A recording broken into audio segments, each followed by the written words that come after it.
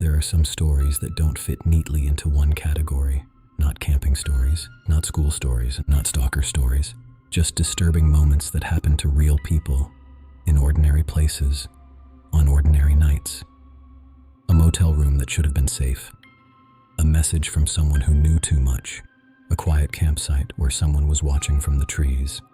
Sometimes the scariest stories aren't about ghosts or monsters. They're about people. People who wait.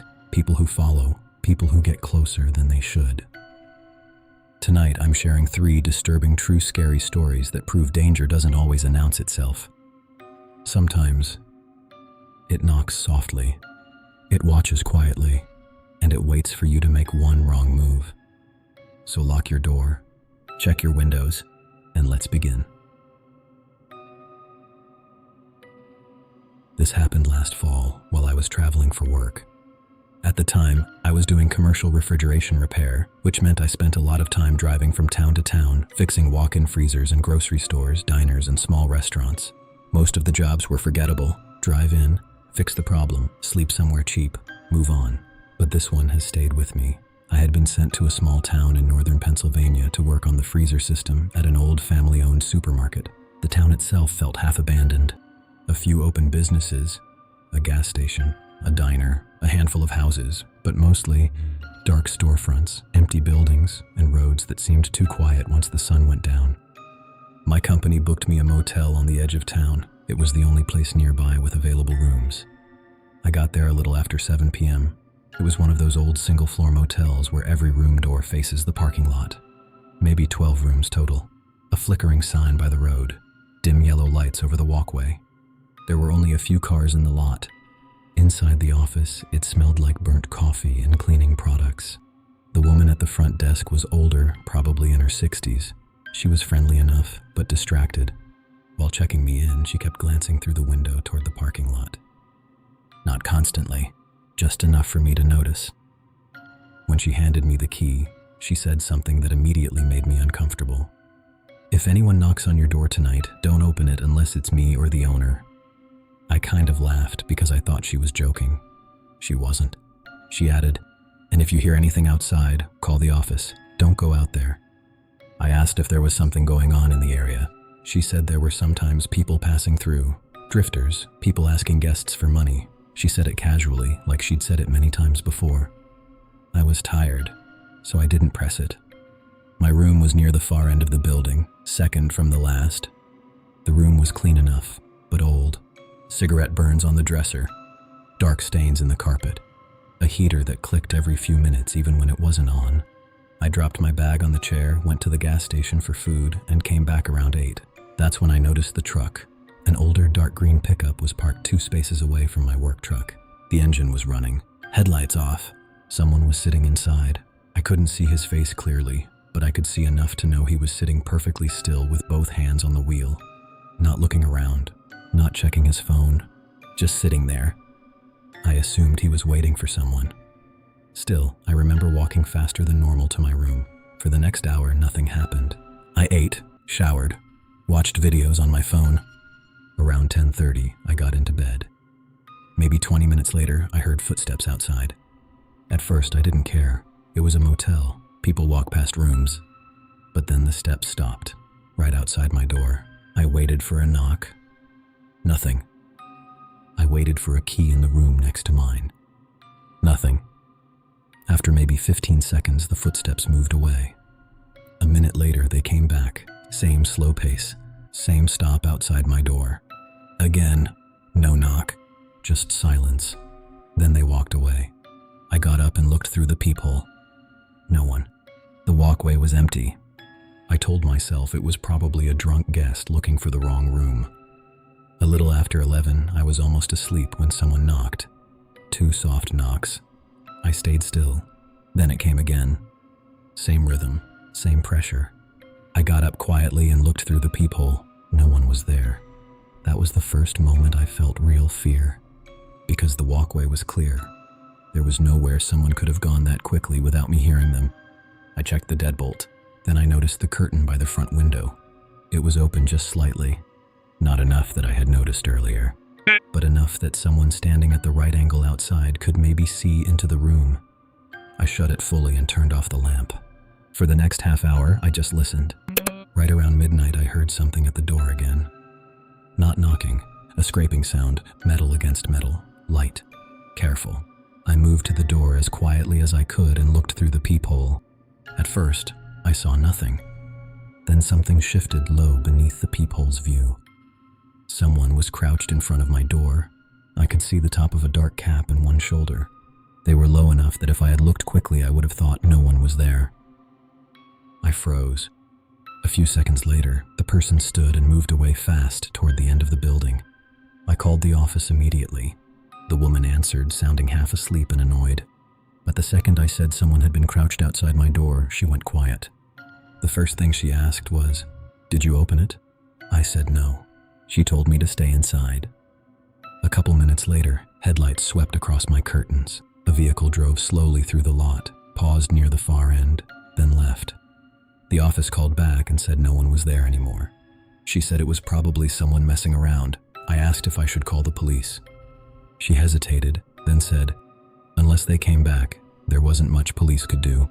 I barely slept. Every sound woke me. Sometime around 3 a.m., I must have passed out. At 5:15, I woke to the alarm from my work truck, not the full horn alarm, just the door open chime. That sound confused me at first. Then I jumped out of bed and looked through the curtain as little as possible. A man was standing at the driver's side of my truck. The door was open. He was tall, wearing a dark jacket and a hat. I couldn't see his face because he was turned away. Then he stopped, slowly turned his head, and looked straight toward my room, like he knew I was watching. He shut the truck door and walked quickly toward the road behind the motel. This time I called 911. The police arrived about 15 minutes later. They checked my truck, but nothing was missing. One officer asked if I was sure I locked it. I was. I always locked it. The older officer seemed more interested when I told him about the knocking and the person crouching at my door. He asked the motel owner about cameras. There were cameras, but only near the office and front entrance. Nothing facing my side of the lot. Before leaving, the older officer told me if anyone came back, not to open the door under any circumstances. Then he said I should leave in the morning if I could. I asked if he thought it was random. He said probably, but he didn't sound convinced. I still had work that day, and I was already there, so I stayed. During the day, everything felt normal. I worked from 7 in the morning until almost 6 at night. By the time I got back to the motel, it was dark again. I parked under the brightest light in the lot and brought all my tools inside in one trip. The woman at the desk saw me and asked if I was okay. I told her I hadn't slept much. She hesitated, then offered to move me to a room closer to the office. I asked why she hadn't offered that the night before. She looked uncomfortable and said she didn't think it would happen again. Then she said something I still remember. It usually doesn't happen 2 nights in a row. I asked what she meant. She immediately backtracked and said she just meant the people passing through usually moved on. That did not make me feel better. I seriously considered leaving and finding a hotel an hour away. But I was exhausted, dirty from work, and had one more night before I could go home. So I made a stupid decision. I stayed. Around 8 p.m., I ate dinner in my room. While I was eating, I heard a truck moving slowly through the lot. I looked through the curtain. It was the dark green pickup, same one from the night before. It rolled past my room, turned around near the road, and parked at the far end of the lot with its lights off. I called the office. This time the owner answered. He sounded irritated. I told him the same truck was back. He said if it wasn't blocking anyone or damaging property, there wasn't much he could do. I asked if he knew who it was. He only said, "People come and go." For the next hour, I kept checking the window. The truck didn't move. Eventually, I turned off the lights and tried to sleep fully dressed. Sometime after 11, I heard footsteps outside again.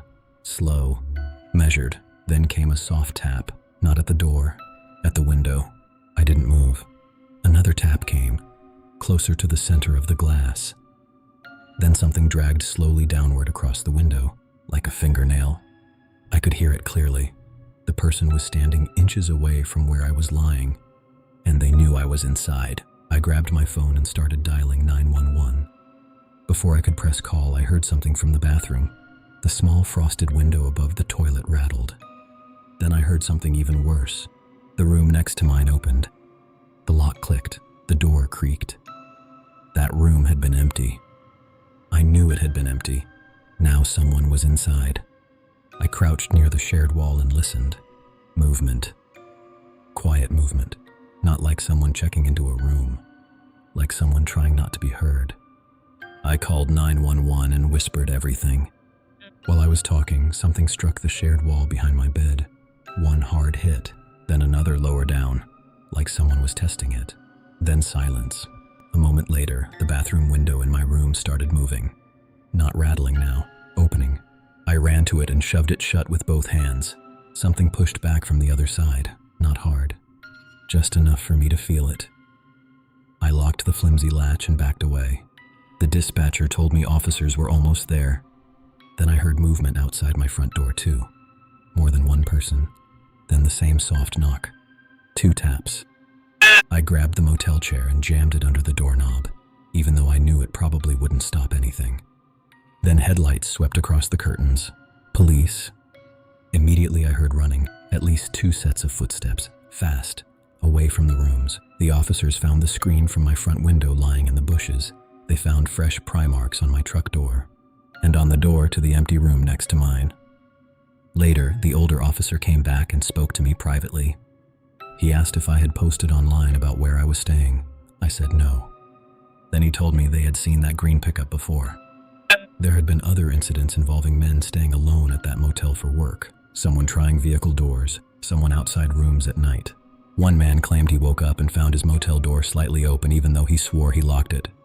Nothing was ever stolen. That was the part that bothered me most. Because if they weren't trying to steal anything, what were they trying to do? I packed while 2 officers stood outside. Before leaving, I checked under the bed for my charger. That's when I found the paper, a torn square from a local newspaper. On the back, written in pen, was my room number and my truck plate. That meant they hadn't chosen me randomly in the moment. They had been watching, writing things down, waiting. I left before 1 a.m. and drove almost 2 hours home. My company sent someone else the next week, and he stayed in a different town. I try not to think about what would have happened if I had opened the door, or if police had arrived 5 minutes later. But sometimes when I stay in motels now, I still check the window, the bathroom, the locks, and under the bed. This started in October of 2025. I had just gotten out of a long relationship and decided, like a lot of people do, to download a dating app. I wasn't looking for anything serious, just someone to talk to, something to distract me. That's when I matched with him. His name was Killian. At first, everything felt normal. We started with basic conversation. "Hey, how's your day going? What do you do?" He replied fast, almost too fast. But I didn't think much of it. Some people just like texting. We talked every day, morning to night. At first, it felt flattering. He remembered small details, things I mentioned once, in passing. My favorite food, the time I usually woke up, the street I grew up on, just the name, not the address. After a couple of weeks, the tone changed, subtly at first. He started asking questions like, "Who are you with right now? Why didn't you reply earlier? Where are you?" I brushed it off, told myself he was just interested. Then came the first message that made me uncomfortable. "You're mine." I didn't respond right away. I thought maybe he was joking. Then another message came. "If I can't have you, no one can." I remember staring at my phone, trying to decide if I was overreacting. It's easy to dismiss things over text. It doesn't feel real. Then he sent another message. "If you block me, I'll find you." That one didn't feel like a joke. I stopped replying for a few hours. When I opened the app again later, he had already unmatched me. Just like that, gone, and honestly, I was relieved. For the next couple of months, nothing happened. No messages, no weird calls, nothing. I moved on. Forgot about him. Until one night, he came back. I got a notification. He added me on Snapchat. Same name, same profile picture. For a moment, I considered ignoring it, blocking him. But then I remembered the messages, the threats. So instead, I accepted. I told myself it was safer to keep him calm. The first message he sent said, "I've been thinking about you for 8 weeks." 8 weeks. That meant he hadn't forgotten, not for a single day. He followed it with, "I let my dark thoughts win before. That won't happen again." I didn't know how to respond, so I kept it neutral, safe. We started talking again, but this time, it felt different. He wasn't getting to know me anymore. He already acted like he knew everything. He would message things like, "You're home now. You went out earlier. You don't seem busy." Things I never told him. At first, I tried to rationalize it. Maybe he was guessing. Maybe I had posted something. But then he started asking me to turn on my location. Over and over. "Turn on Snap Maps so I know you're safe." I refused. That's when his tone changed again. Not aggressive, not loud, just cold. "You should." That's all he said. A few nights later, I was out with a friend. We drove around, talked, just wasting time. Around 1 a.m., he dropped me off near my house. I walked down the alley toward my place. It was dark, but I didn't think anything of it. Then I saw someone standing there. At first, I assumed it was just someone passing through. Then he said my name. I froze. "Yeah," I said automatically. "Who is this?" He stepped forward slightly. That's when I saw his face, and I knew exactly who it was. Killian. My heart dropped instantly. I never gave him my address, never told him where I lived. Before I could react, he grabbed me. His hand wrapped around my neck. Hard, he slammed me into the wall. My head hit the brick. Everything went blurry for a second. "Who were you with?" he asked. His voice was calm, too calm. "Why are you out this late?" His grip tightened. Was it a guy? I couldn't breathe. I tried to speak, but nothing came out. Tears started forming in my eyes. My chest felt like it was collapsing. I genuinely thought I was about to die. He kept staring at me, studying my face. There was nothing in his eyes, no anger, no emotion, just control. He threw me to the ground, my head hit again. I gasped for air, trying to breathe. Before I could even recover, he was on top of me. He slapped me across the face, hard. Then his hand went back to my throat. This time, tighter. Everything started fading. My vision went dark around the edges. I remember thinking, this is it. Then suddenly, he stopped, just like that. He looked up, almost annoyed. "Damn," he said, "I have to go. Last bus leaves in 3 minutes." And then he ran. He just left. I stayed on the ground for a while, trying to breathe, trying to understand what just happened. Eventually, I grabbed my phone and called my best friend. I couldn't speak. My throat was too damaged. All he heard were broken sounds. But he understood something was wrong.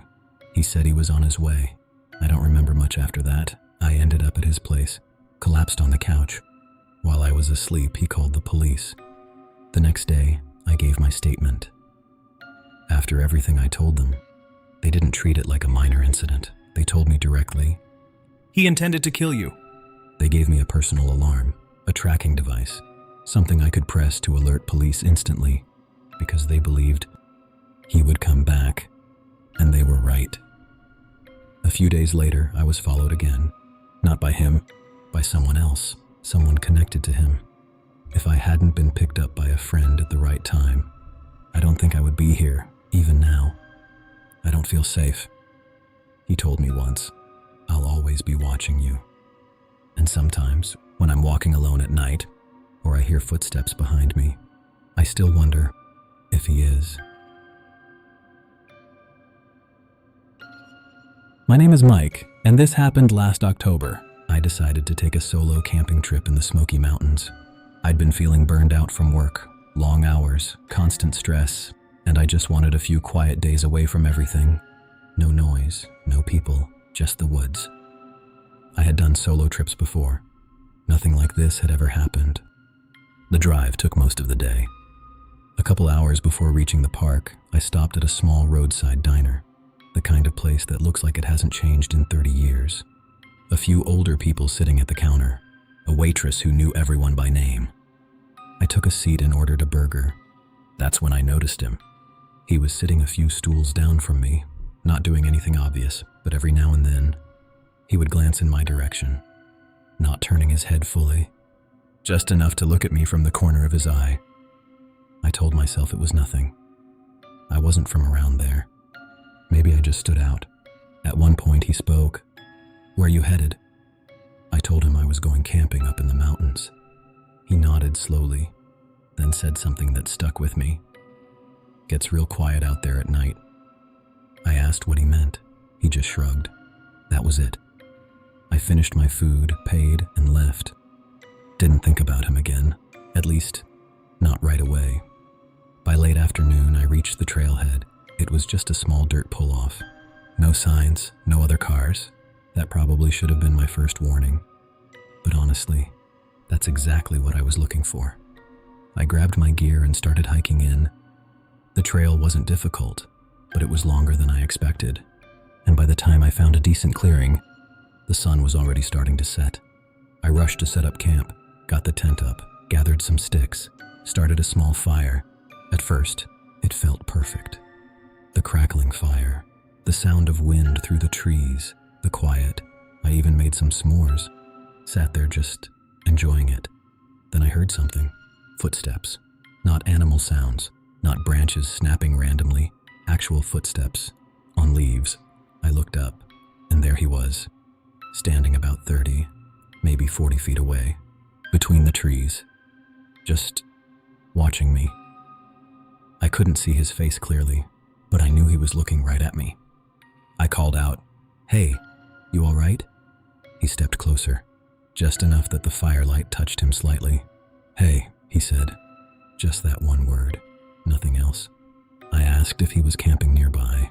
Instead of answering, he asked, "Are you out here alone?" That question made something shift in my chest. I hesitated, then I lied. "No, got some friends coming later." He nodded slowly, like he was thinking about that. Then he turned and walked back into the trees. I watched him the whole time, right before he disappeared completely. He stopped, turned, and faced me again, just standing there. Even from that distance, I could feel it. He was still watching. I pretended to look down at my phone, didn't want him to know I was still paying attention. After a while, I looked back up. He was gone. I stayed by the fire another 20 to 30 minutes, trying to listen, trying to convince myself it was nothing. Eventually, I put the fire out and got into my tent. I told myself he was just another camper, maybe curious, maybe awkward, but something didn't feel right. About an hour later, I heard it again. Footsteps. Closer this time, right outside the tent. They moved slowly. Crunch. Pause. Crunch. Then they stopped. Right next to me. Everything went silent. I held my breath. I didn't know if someone was standing inches away from me, or if I was imagining it. Then I heard it. A slow exhale. Right outside the tent. Not loud, not aggressive, just someone breathing. I didn't move, didn't even blink. Every instinct I had told me the same thing. If he knows you're awake, something bad will happen. So I stayed still, pretended to sleep. After what felt like forever, the footsteps moved away. I let out a breath I didn't realize I was holding. 10 minutes later, they came back, same pattern, walking in a slow circle around the tent, stopping, waiting, then silence. This went on for hours. Sometimes the footsteps would fade into the distance, and I'd think it was over. Then they'd come back again. At one point, I started thinking something worse, that it wasn't just one person. I couldn't prove it, but the way the steps sounded, the timing, the movement, it felt like more than one.